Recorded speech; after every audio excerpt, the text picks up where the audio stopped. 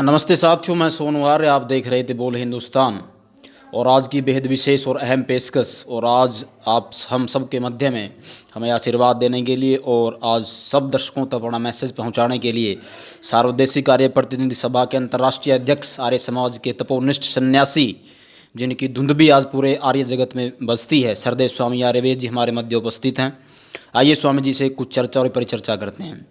स्वामी जी, आज लोग 1 तारीख को नव वर्ष जो मनाते हैं, पाश्चात्यों का जो नव वर्ष हमें दिया गया है उसके अनुरूप जो हुड़दंगबाजी जो लोग करते हैं, और एक हमारा जो आर्ष परंपरा के ऊपर आधारित जो नव वर्ष था चैत्र मास में जो आता है, एक प्रकृति भी नया संदेश देती है, उसी के विषय में हम दर्शकों से यही जानकारी आज पहुंचाना चाहेंगे कि हमारी परंपरा में और उनकी परंपरा में कितना अंतर है, विशेष करके जो नव वर्ष हम मनाते हैं। सर्वप्रथम सोनू जी, मैं आपका बहुत धन्यवाद करता हूं और आपके चैनल को विशेष रूप से साधुवाद देता हूं, जो ऐसे सामयिक और बहुत महत्वपूर्ण मुद्दों पर समय समय पर अपनी बात लोगों तक पहुंचाने का काम कर रहा है। मैं आपने जो प्रश्न किया है उस संबंध में इतना ही कहूँगा कि ये हमारे देश का विशेष रूप से दुर्भाग्य है कि जिस देश का पूरी दुनिया के अंदर लोहा रहा और जिस देश का पूरी दुनिया के अंदर साम्राज्य रहा, सृष्टि के आदि से लेकर के महाभारत पर्यंत हमारा भारतवर्ष, आर्यावर्त पूरे विश्व में चक्रवर्ती राजा के रूप में यहाँ का राजा माना जाता था।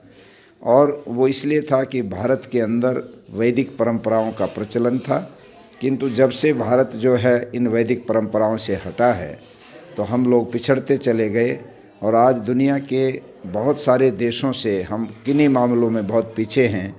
तो ये जो नए वर्ष की बात है, सर्वप्रथम तो मैं सभी देशवासियों को और देश से बाहर भी जो हमारे लोग रहते हैं उन सब को भी इस अवसर पर अपनी तरफ से बहुत बहुत बधाई देता हूं और उनको शुभकामना देता हूं, क्योंकि कल चैत्र प्रतिपदा का पहला दिन एक तरह से हमारे नव वर्ष का प्रारंभ है।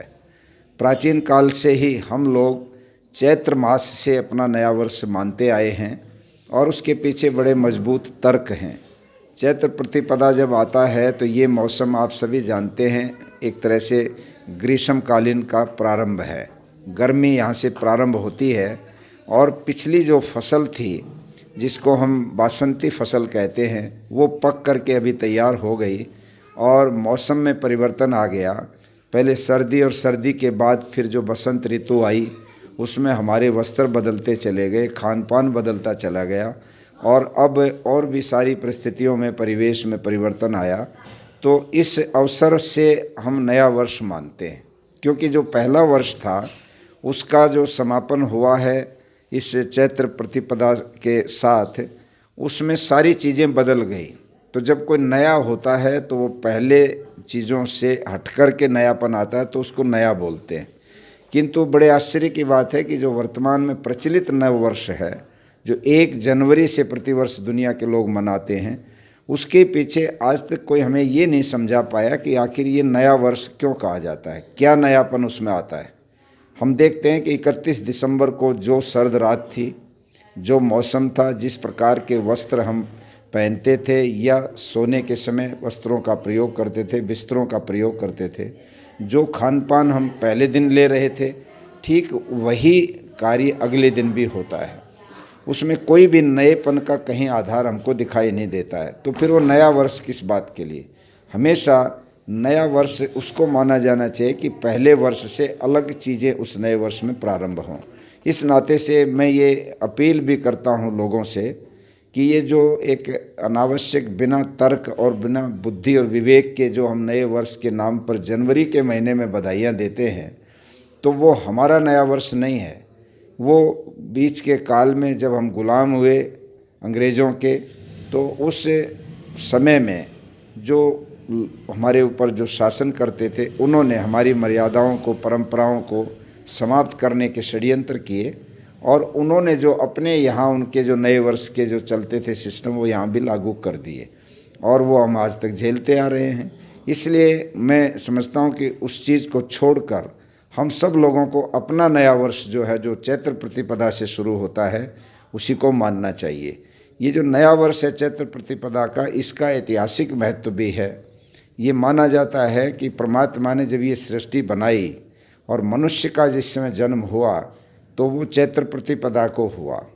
ये भी मान्यता है कि सबसे प्राचीन इतिहास हमारा जो है वो मर्यादा पुरुषोत्तम राम का है। लगभग 9 साढ़े 9 लाख साल पहले राम का काल है।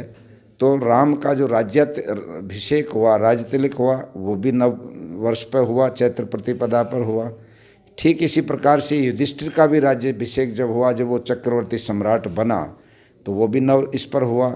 और महर्षि दयानंद सरस्वती ने भी चैत्र प्रतिपदा को ही आर्य समाज की स्थापना की थी बम्बई के अंदर।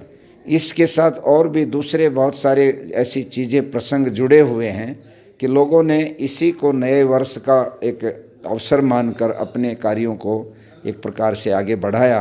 इस नाते से ऐतिहासिक ढंग से भी हम ये देखते हैं कि चैत्र प्रतिपदा का जो दिन है और इससे जो हमारा नया वर्ष प्रारंभ होता है, ये बड़ा तर्क के आधार पर भी सही है, प्रकृति में होने वाले जो परिवर्तन है उनके आधार पर भी सही है, मौसम बदलता है उसके हिसाब से भी, पिछले मौसम से एक नया मौसम ग्रीष्म काल का शुरू होता है उसके हिसाब से भी सही है, क्योंकि नया मौसम आ गया।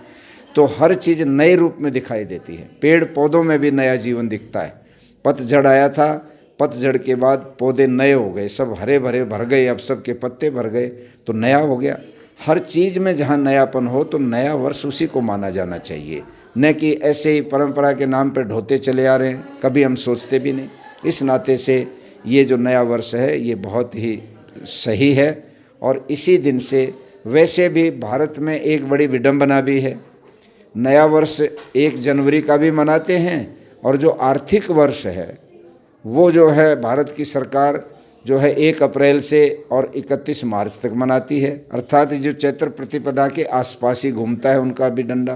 तो इससे भी ये बात स्पष्ट हो जाती है कि जब आप यहाँ आर्थिक वर्ष इस रूप में मनाते हो तो जो सही वर्ष की जो गणना है वो भी क्यों नहीं चैत्र प्रतिपदा से शुरू की जाए। तो इस तरह से बहुत सारी बातें हैं जो नए वर्ष के रूप में जो हम आज उसको याद कर रहे हैं उसके पक्ष में कही जा सकती हैं। और आर्य समाज की स्थापना क्योंकि नए वर्ष पर इस चैत्र प्रतिपदा के दिन हुई थी, इसलिए हम आर्य समाज से जुड़े लोगों के लिए ये और भी ज़्यादा महत्वपूर्ण हो जाता है। आज पूरे देश में और पूरी दुनिया में जहाँ जहाँ भी आर्य समाज है और आर्य समाज के लोग अपना काम करते हैं, वे लोग इसको आर्य समाज स्थापना दिवस के रूप में भी मनाते हैं और इस दिन विशेष आयोजन करते हैं। जगह जगह प्रभात फेरियाँ, रैलियाँ निकालते हैं, लोगों के जो है घरों में यज्ञ करते हैं, अपने घरों पे नए झंडे चढ़ाते हैं, नए नए और बड़े आयोजन करते हैं, प्रेस कॉन्फ्रेंसें करते हैं। इस तरह से बहुत तरीके से इस नए वर्ष को आर्य समाज स्थापना दिवस के रूप में मनाता है। ये इसलिए हमारे लिए भी विशेष प्रेरणा का भी दिन है, क्योंकि हम जिस आर्य समाज से जुड़े हैं उस आर्य समाज का जो आधार है वो वेद है, और वेद जिससे जुड़ा है, वेद का आधार ईश्वर है।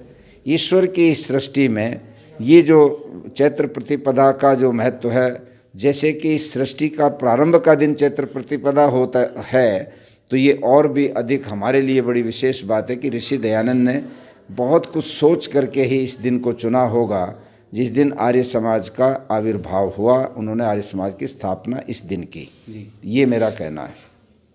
तो साथियों, आप थे श्रद्धेय स्वामी आर्यवेश जी, सार्वदेशिक कार्य प्रतिनिधि सभा के अंतर्राष्ट्रीय अध्यक्ष, और उन्होंने साफ तौर पर ये बताया कि हमारा नववर्ष और जो पाश्चात्यों का नववर्ष आमतौर पर पूरा देश जो मनाता है उसमें कितना अंतर है, कितना उसमें जो है फ़र्क है। देखते रहिए बोल हिंदुस्तान, मैं सोनू आर्य। साथियों, ज़्यादा से ज़्यादा वीडियो को लाइक करें, शेयर करें, कमेंट करें और चैनल को सब्सक्राइब करना ना भूलें। धन्यवाद।